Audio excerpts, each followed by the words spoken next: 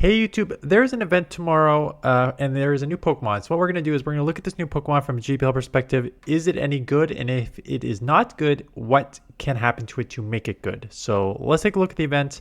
Let's take a look at the Pokemon, its strengths, its weaknesses, and what it means for GBL. Hisuian Lilligant makes its hardy Pokemon debut. It is going to be a raid day, a Saturday, July 12th from 2 to 5 raid day. Remote raid passes increased. Receive up to 5 free additional raid passes from spinning that. So it's a great way to just go out and get some free raids in. Increased chance of encountering a shiny one. So there's that. And that's pretty much all there is to it. Yeah, there's a ticket. Nope. And there's web store. Nope. So what is this Pokemon? What is its strengths? What's its weaknesses? Let's jump into it. It is not on the rankings yet, but if you go to the Matrix battle here, you will see it as an option. So let's start with its stats, and then we'll go typing, and then we'll go moveset. Stats: 134.3 attack, 105 defense, 118 stamina for 1667 overall. I tried to look up some comparables here to see, like, okay, what has a similar attack and defense and stamina, so you can kind of just get like a rough idea of how it plays. And one of the Pokemon that came up was in the similar attack range is Golurk. So you have Golurk with 134 attack, 96 defense, a little lower, and then a little higher in the stamina, 129 for 1671 overall. So a little more defensive here, a little less on the stamina, which means you can maybe you have a few more HP to your name, and you can take, or a little less HP to your name than Golurk, but you can take charge moves maybe a little better than Golurk can. But still overall not great. And the problem with this, and there is a reason everyone uses Shadow Golurk, and this is the biggest issue that I'm not biggest. There's a lot of issues with this Pokemon, but this is actually one of them. It is in no man's land for the stats, and here's what I'm talking about. Golurk, everyone uses Shadow Golurk because the regular Golurk is still usable, but it is not as strong. And the reason it's not as strong is your stamina and your defense is already so low, and your overall stats are so low, just like there, and it's the same thing here.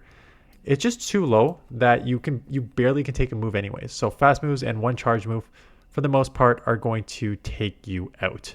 You may live with a couple HP on some of these like weaker moves, but you're basically going to be taken out. So if you're going to be taken out with one charge move, you want to be able to be that sort of glass cannon and hit like crazy. So we just had, I'll just bring it up here, the Zoroark that came in, right? And this is what you're talking about here. If you're going to get taken out anyways with a terrible defense stamina, just be a nuke, be a glass cannon. And that one's maybe an over exaggeration, but like Surfetched is an exact same case. You have 145 attack, 107 defense, 98 stamina. Like if you're going to go down, make sure that you actually hit your opponent. And so the first problem I have with this Pokemon is you are going to go down, but you don't really hit your opponent. 134 attack is not where you want to be for a glass cannon, right? You want to be in that 140, 145 attack range if you are going to be this glassy overall. If you have this stats to start with, you need a great typing and a great moveset. So your typing is grass and fighting. And luckily there is a comparator because Chestnut is a grass and fighting. And Chestnut, as we're seeing here, has 6 weaknesses and 6 resistances. So whenever you're in the weaknesses and you have 4 or above, you're in a bad case scenario. You want, obviously this is very obvious, but you want as little weaknesses as possible and as many resistances as possible. So even though they're even resistances and weaknesses, once you hit that sort of 4 or 5 weaknesses, you are in big trouble. Double weak to flying, and then weak to fairy, fire, ice, poison, and psychic. And the resistances are dark, electric, grass, ground, rock, and water. So let me just start with the positives here. The meta has been dominated by water and ground for what season are we on? 20-something seasons? Water and ground have always been prevalent in this meta. So to have a Pokemon that resists those is a positive. Dark has always been pretty good, maybe with bugs a little less. Again, grass a little less because of all the bugs and poison buffs and steel buffs, stuff like that. So then you go to the weaknesses. Flying is starting to make a comeback. Like Gligar's back, and Driplim's still good, and Talonflame and all those things. Then you have Fairy, like Tinkatong is now showing up everywhere. Fire, double fire is literally what I hit Legend with last season. And then there's some ice Pokemon. Ice, not as many ices around, but Poison got buffed through the roof. Everything seems to have acid now. Psychic, all your Psywave users. And so you already have a bad stat product, and now you got a bad typing to go with it. So the only thing that you can potentially do to have any sort of play is you need an insanely good fast move and an insanely good charge moves. And on this Pokemon, we have a Bullet Seed, Close Combat, and Upper Hand. So you can see, you see on the screen there? Yeah, you can. So we have a Bullet Seed that is doing 6 damage and 13 energy. So 4.3 energy per turn and 2 damage per turn. So Bullet Seed is not a very damage move, but you're fast charging, which honestly, if you were Glass Cannon, you want the fastest charging fast move you can get. And I would argue with this, it's not even good enough. So let's go to the fast moves. Let's go to the energy per turn here. You have Bullet Seed at 4.33, which in itself is decent. But honestly, if you have this glass of a cannon here, you want these 4.5. You want the Thundershocks, you want the Psycho Cuts, you want the Poison Stings, you want the Karate Chops, you want the Fairy Winds, or better, you want those 4.5 turns. So 4.33, not the worst. There's definitely worse moves to have for this Pokemon. You just really need that 4.5 given how bad your stats and given how bad your typing is. So that's Bullet Seed. And then you have, in terms of charge moves here, Close Combat and Upper Hand are the two. There is also Petal Blizzard and Solar Beam. So Petal Blizzard and Solar Beam are essentially useless, which is why they are running Upper Hand and Close Combat. Now, Close Combat is great. Same type attack on a like a nuke of a Pokemon. So 45 for 100. That is without stabs. So let's see if I hover over it. You can see. Yep. So 45 for 120, which is 2.66 damage per energy. 120 raw damage with the 134 attack is going to really add up, and it comes at 4343, which is Bullet Seed is a 3-turn move. So that would just be 12-9, 12-9. So the pacing to a close combat, 12-9, 12-9 is good.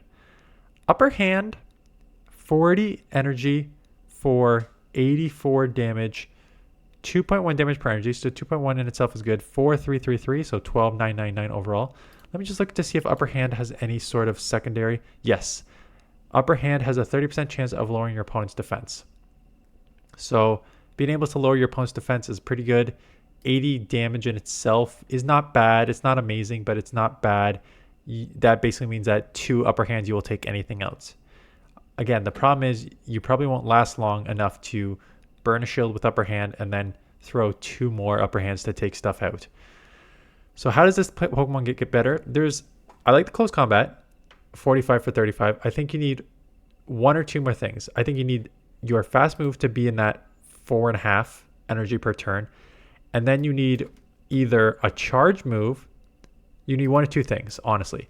You need a charge move that is 35 energy. The problem with Upper Hand that we just saw here is Upper Hand is a 40 energy move. So it's going to be your bait move if you don't want to lower your defense with Close Combat. So it's an okay move in itself, but I think you need like a really good 35 energy move. So you either get a 35 energy move that you can bait and then go with a Close Combat, so it's like a bait move for the Close Combat, or you truly get a second 45 energy nuke. Now, I don't know what 45 energy nuke you can get on a grass fighter Pokemon. Close Combat's a very obvious one. But let's just actually look at the damage per energy, because damage per energy probably tells you a little better. Like, you need Leaf Storms. 55 is too high. You honestly need something like a Frenzy.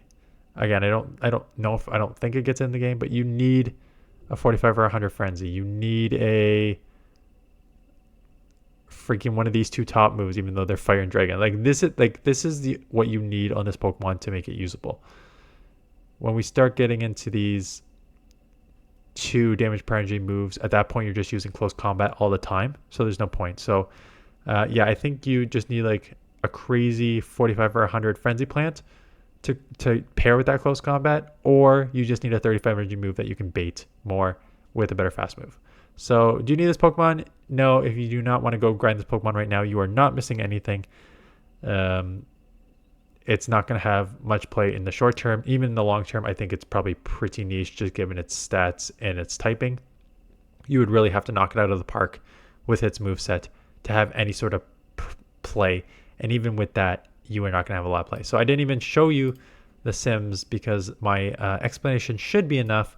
But in case it is not enough, 14 and 33 record here. Let's just go to the multi so you can see it a bit better. Lilligant.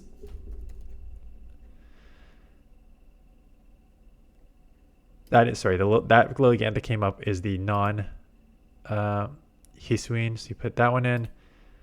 14 and 33. Let's just see what your wins are. They're probably just going to be against the waters and stuff you resist. Yeah, so straight waters. Quagsire, Blastoise, Lapras, ground, right? Morpeko, which is, again, stuff that you resist electric. So stuff you resist. Ferret, because you resist the Sucker Punch. The Dark is resisted on the fighting. So basically anything you're resisting or hitting super effective against, you will win. And then everything else from Malamar down, you are losing here. And some of these are, not just some of these.